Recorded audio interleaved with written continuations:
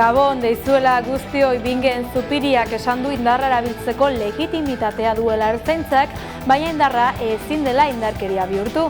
Amaia Zabarteren kasua edota Errekalden egindako oldartzeaz mintzatu da sailburua, naiz irratiak eginiko elkarrezketan. Bilbo osoa eremu tentsionatu izan dadila eskatu du udalak. Udalak iritzi du hiri osoan betetzen direla alokairu merkatua arautzeko neurriak aplikatzea eskatzeko betekizunak. Zerga politikaren forua araua onartu dute Arabako eta Bizkaiko batzar nagusiek. Araban gehiengo osoaren babesa izan du arauak eta Bizkaian ganberaren 75%. Nafarroan BSH eskirotzeko langileek protesta egin dute. Protestaren bitartez Jose Justek Nafarroko Industriaren Elkarteko presidentetza uztea eskatu dute beharginek.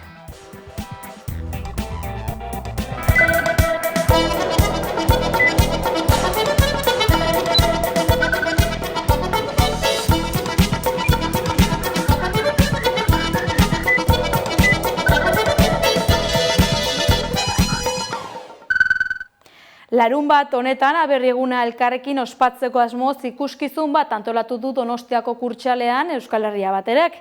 Herri gisa elkartzeko topagunea izatea nahi dute. Gaiari heltzeko gurean izan da duela gutxi Mireia Epelde Euskal Herria baterako kidea. Kaixo guztioi eta ongi etorri.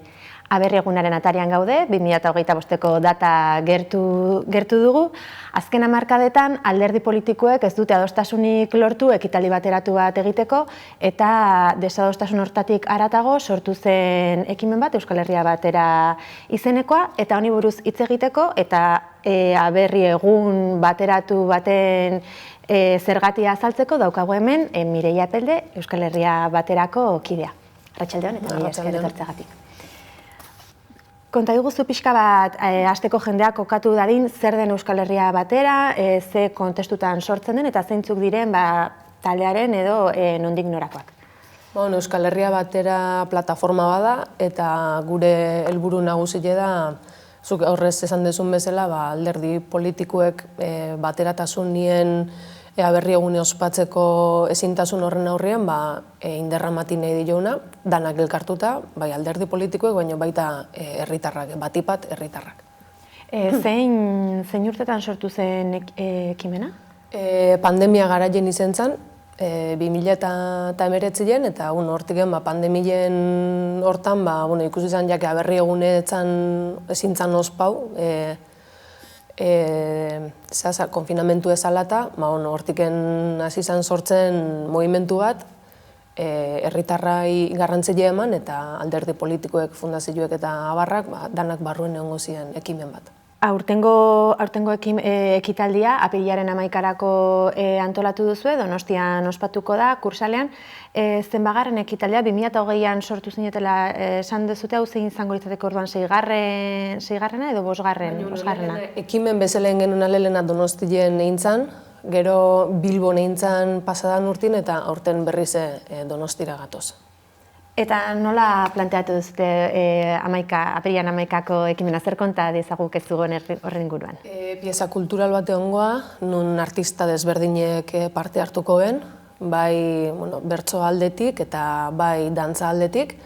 Eta gero aurten kartelai ere garrantzi berezi bat eman nahi izen dio, eta Joseba Larratxok indu kartela, pasadan astelenien prentzaurrekoen aurkeztu zuen. Azaldu zituen zein izentzien bere ideiak eta nondi jozun. Eta, ekitaldien funtze hori izangoa, pieza kultural hori, eta gero, urteroko aldarrikapena, bi hitzetan bizket laburtuko deuna, baina helburue berez da pieza kultural hori eta herritar danak elkartzeko aukera bat eukitzia. Hori, aipatu duzu kartela, martxoaren 24an aurkeztu zenutena, eta egileak aipatu zuen bezala, berak bere ideia zen tradizionaltasuna gaurkotasunarekin uztartzea. Zuek hala plantatzen dizute aberri eguna, historikoki ospatu izan den zerbait bezala, baina egungo kontekstura ekarri beharko litzatekeen simbolo bat bezala? Bai, hasiera baten aberri egune danak alkarrekin ospatze zeben, ez? 2018 danak alkarrekin ospau zeben, Eta bueno, gero alderdi politiko bakoitzek berie ospatzen egon da, orduan bai nahi deuna da tradizio aldetiken hori ekartzea ez, zeatik oindala urte batzuk bai baginen edo bazien gai danak batea ospatzeko, goazen gaurre danok geure indartsu edo geure bultzeka txikile jartzea hori egiteko. Baina kontutan hartu behar dugu, oindala 50 urteko testu inguru eta gaur egungo testu inguru ez diela igualak, ez? Orduan, danan arteko nahasketa orekatu bat esango genuke. Hala ere, bai daukazutela oinarri bezala, 78ko adibide hori, okerrez banago izan da ala ospatuan eta kontestu politikoa garaikoa zan bezala, ala ospatudan bakarra. Bai, nik dakitela bintzat, bai, eta aurreko urtien kanpo seliziozetan horratik egin genuen, ze garai hartakue danak alkarrekin ospauzenak kanpo seliziozetan ospauzan, orduan nahi genuen foku ere pixket hor jartzie, guk bialtze genuen bateratasun mezu hortan, ez? Ordunea laintze ben, guazen berriz ari hortatik tiraitea pixket. Hala ere, zuek aldarrikatzen dezutena da, Aberri-eguna ez dara alderdi politikoena, baizik eta herriarena eta gizartearena izan beharko litzatekeela entitate hauena baino. Bai, guk aldarrikatze duna da, gizabanakoek gea ez, baina, gu gizabanako bezala baitare representatze gaitu be, gure ordezkaritza bat daukebe alderdi politikoek. Orduan, ez da bakoitzek, iruditze zaiguna da, bakoitzek ez dula bere kausa bezala hartu errez, baizik eta danon kausa bat bezala, eta gure ordezkaritza bat daukeben einien, importanti iruditze zaigu bai behoiek eta bai babesle bezala azkegun fundazioeke horreukitzie eta jendiek ikustie benetan aurrea pauso bat eman deula, benetan importanti dela eta danok batea gaudela hontan. Eta zein da zuen irakurketa alderdi politikoek azken urteetan ekitaldi bateratu bat antolatzeko gai ez izan horrena? Zergatik orain arte ez dute lortu ados jartzea? Nik uste pixket hori dela, ez? Bakoitzek berie bezala nahi du, ez? Eta, karo, azkenien lorpenan arrakasta hori komila hartin esango genuke berie izetie, ez? Baina kontura berdeuna dela, ez dela bakoitzena, ez? Herri bat gean einien alderdi politiko desberdine daude, pentsatzeko modu desberdinekin, baina aldi berien toki berdinien bizegia, eta puntu haman komon badak orduan. Nik usteet hori, arrakasta pixket zantzu hori kendu berdi jaula, eta guazen arrakasta hori danona bezala hartza. Zuek luzatu diezue gonbidapena alderdi politiko apirilaren 11an zuekin izateko Donostian, edo oraingoz ez dute ate horireki? Bai, alderdi politikoek beti ondie gonbidauta, pasadan urtien kanpo seliziozetare etorri ziren, eta, nahi genuna zan, aurten beste aurrea pausa handi bat emati ez, eta lortu dugu fundazioen aldetiken babes hori, lortu dugu alderdi politiko desberdinek eotie gure ekitaldien, sindikatuek bai, kirolaldeko jendiere, zenbait klubetako lehendakaiek esan de bai ez daude betorriko hiela, orduan, irutze zaigu ja, herritarraz aparte, herritarran ekitaldile da esan duen bezala, hortaz aparte baitare ordezkaritza publiko bat dauken jende horire nahi deu etortzia. Eta lortu deu, konfirmazio asko dazkeu, eta oindikene beste asko bidien daude, baina bide oso honeti dijoa. Aberri-egunak ezinbestean garamatza Euskal Herriaren naziotasunari buruz hitz egitera. Nola egituratzen da naziotasun hau Euskal Herria baterarentzat? Nola egituratu daiteke? Zagin, nik usteet guretzako importanti dela lehengoz herri sentimen hori ez. Ulertze dauna da, bakoitzek sentitzeko modu desberdine daukela, bizitzeko modu desberdine daukela, baina, sentipen hori uste deu eta ikusten nahi gaurtin urtien gure aurra pausoiekin badaola.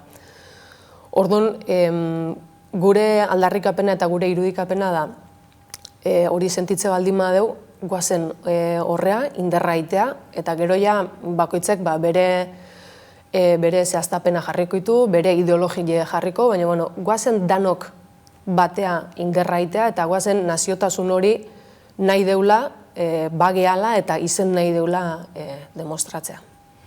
Erabakitzeko eskubidea ere badago naziotasun horren bueltan, beste hartatzetako bat da. Hori bultzatzeko hainbat ekimen jarri dira martxan azken urteetan, hor daukagu gure esku, eta beste hainbat, zuek nola baloratzen duzue erabakitzeko eskubidearen inguruan izan diren mugimenduak azken garaietan aurrera pausoak lortu dira, atzera pausoak, nola ikusten duzue? Nik uste gure esku sortu zanien bere inderra gizula, ez? Olako mugimendu bat, bere helburu ere hori izan azkenien, ez? Gu altzan jende gehiena eta ideologi desberdinetako biltzie ekimen horri importantzia emateko eta erabakitzeko eskubide importantzia emateko, ez? Herri ekimena, herritarrak bakarrik egindakoe, orduan, nik uste oso ondo daola, ez? Eta inderra ematen segi bertzakola, eta guk gure aldetiken ikuste dugu olako mugimendu oso importantiek diela, eta irutze zaigu herritar bezala guk gure etorkizunien zer izen nahi deun erabakitzeko eskubide dakeula. Gero, bai edo ezetz, bakoitzek erabakiko luke, ez? Baina, zeratiken ez dugu erabakiko guk ze izen nahi duen. Eta etorkizunari begira zuen nola irudikatzen duzute etorkizuna plataformaren nondik norakoak behin-behineko bezala planteatu dituzue, behin alderdi politikoek ekitaldi bateratu bat planteatzen bari badute zuek desagertu egingo zinatekete, edo nola irudikatzen duzue etorkizun hori? Hombre, nik uste gure papelak kasu honetan oso funtsezkoa izen dela, gai izen gehalako, aurten ikusikoan bezala alderdi politikoek, sindikatuek, kirol maila, kirol elkartetatik, kulturatik, jendie biltzeko, ez? Espazioan lortu dugu, non danak aman komunien gauza bat dakeun, dela gure naziotasune aldarrikatzia. Lortu dugu baitare danak komodo dotie une hortan, toki hortan, ez dala izango borroka bat, geure artien, baizik eta borroka bat gurie, aldarrikapen bat gurie, beste batzui eskaberdioen gauza batekin, ez? Orduan nik uste gure papela ez dala, ja lortu dugu bi alderdiek edo dauden danak representauta, ordezkauta egotiek gure ekitaldien, gu ja desagertzega, ez? Nik uste papel hori hartu deula eta oso importanti izango ala guk hor segitzie danan arteko nexo komun bat izeteko. Orduan, plantatzen duzute etorkizunean, gizartera gile bezala, zuen egitekoa mantentzen jarraitzea. Bai, printzipioz gure helburu da, honekin segitzie gure helburu bigarrengo helburu bat esango genuke ez, lehenengo esan aman komuneko espazio sortzi, guazen hau dana martxan jartzea, ez da, bigarrengo zati horiren ikustet importanti dela eta guretzat bati bat. Eta azkeneko galdera bezala, zuek uste duzute etorkizun hurbil edo ertainean behintzat lortuko dela aberri eguneko ospakizun bakarra egitea, bateratua, alderdiek bere aldetik, ez dituztela beste ekitaldiak egingo, hori egingarria ikusten dezute etorkizun ertainean behintzat? Gure helburue hori da, ez? Aberri egune danok batea ospatzia. Gero alderdi bakoitzek bere ekitaldi egiten nahi baldin mau, bere eskubide osuen dago, gutako bakoitzeke bere modura ospatzi nahi du bezala. Baina bai, guretzako oso importanti dela eta gure helburu importantiena eta lehenengo koskanda ona hori da. Aman komunien espazioa sortzia, danok egun berdinien inderra emateko gure aberri egunei. Beraz, apirilaren 11an, Donostian, Kursalean, Euskal Herria Bateraren aberri egun ospakizuna, denok batera ospatzeko batera. Bai, eta gaina Kursaleko web horrien daude sarrerak, salgaiko milartin esango nuke, herritarrak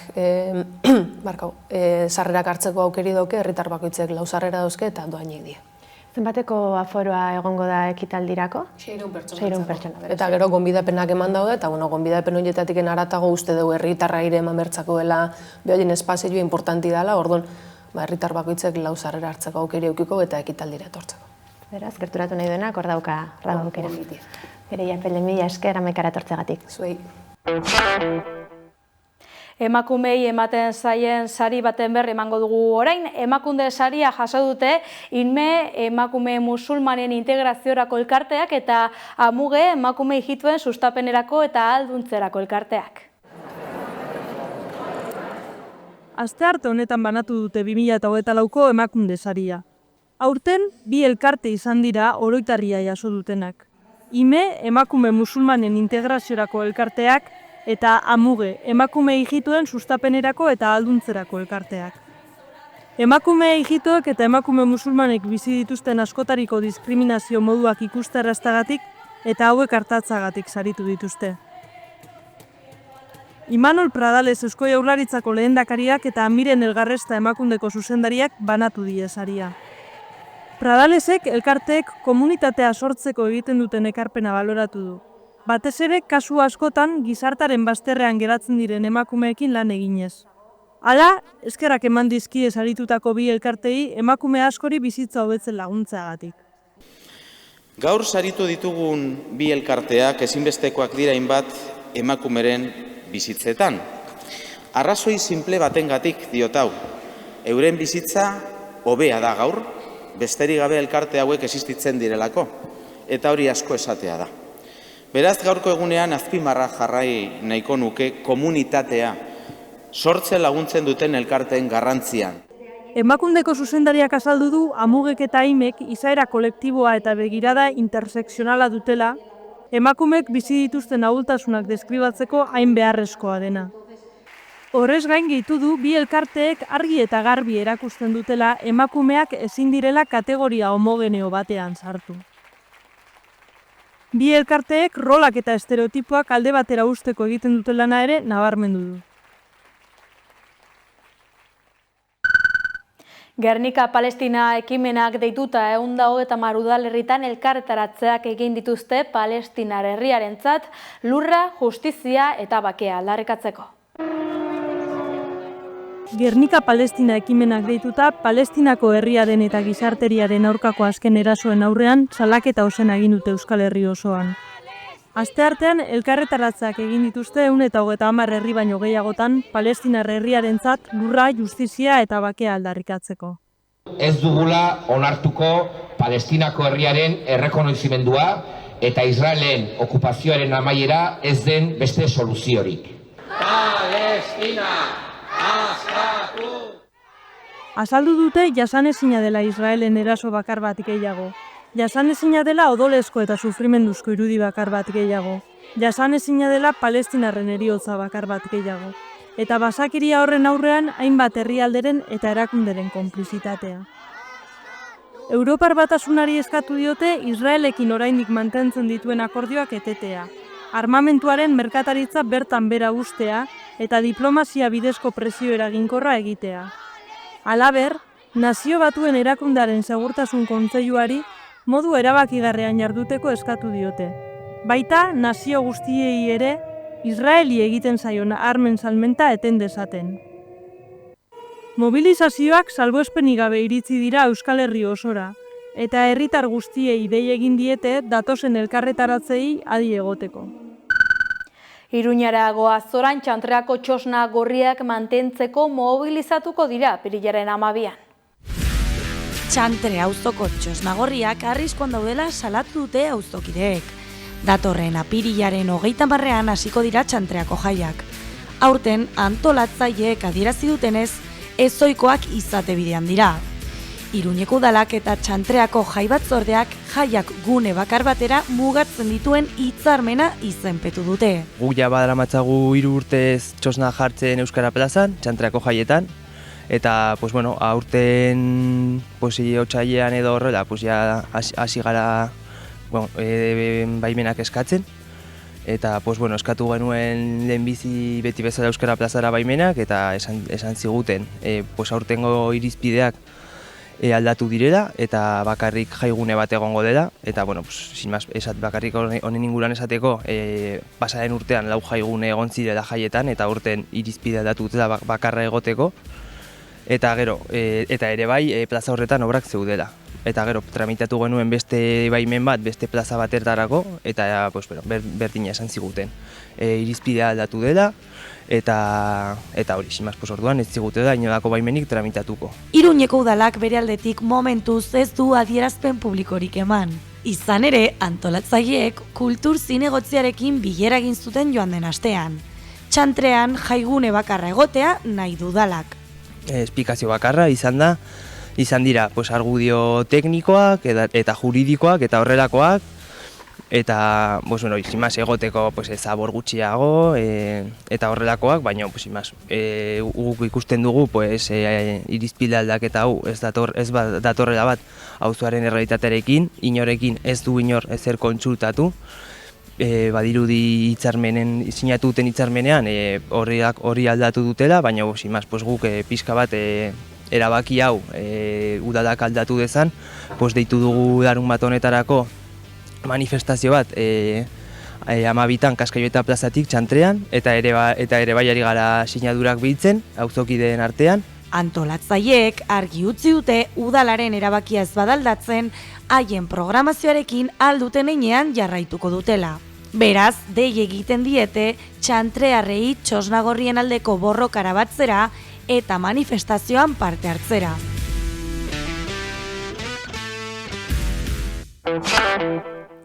Nafarroan segiz, Nafarroako langile publikoen grebari jarraipena egin diogu Hamaika telebistan. Irune Errejano, konta iguzu gehiago. Nafarroa osoko langile publikoak greba egunean daude. Honen arira hainbat mobilizazio deitu dituzte gaurko egunerako. Nafarroako osasun publikoak bere aldetik bat egin du eta grebara gehitu da.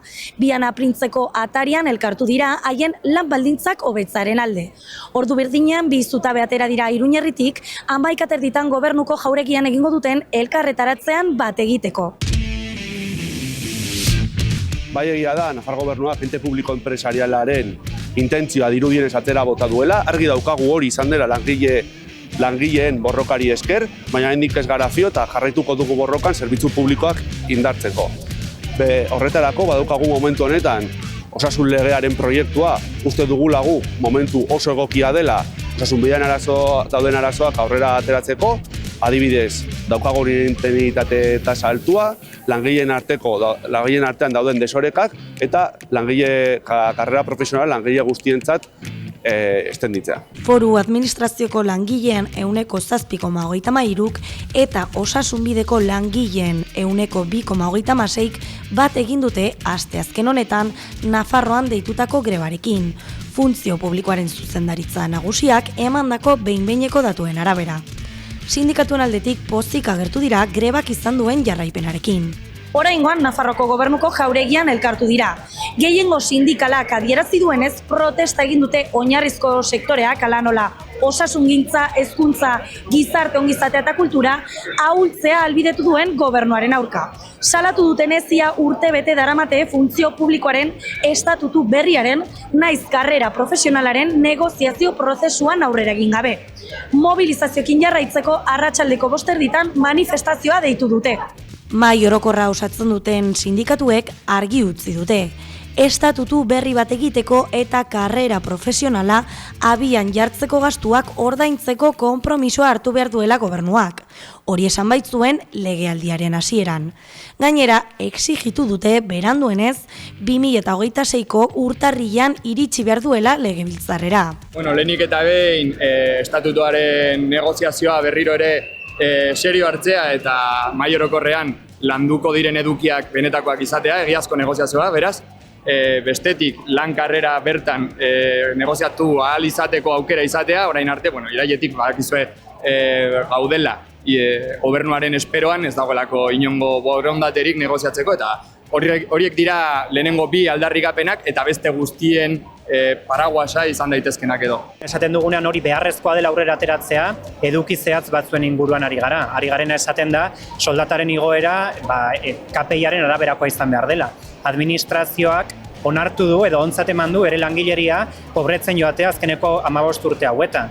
Eta edozein langilek edozein gatazketan egiten duen bezala, langileri publikoa baita ere orain borrokatzen ari da, soldata bizitzaren kostuaren arabera igotzea, eta ez hortik behera. Bestalde, zerbitzu minimoak gehiegizkoak direla salatu dute, batzuetan 100%ak direlako. Beraz, borrokan jarraituko dutela argi utzi dute. Kaleetara ateraz gobernuak negoziazio prozesua berriz abian jarri arte.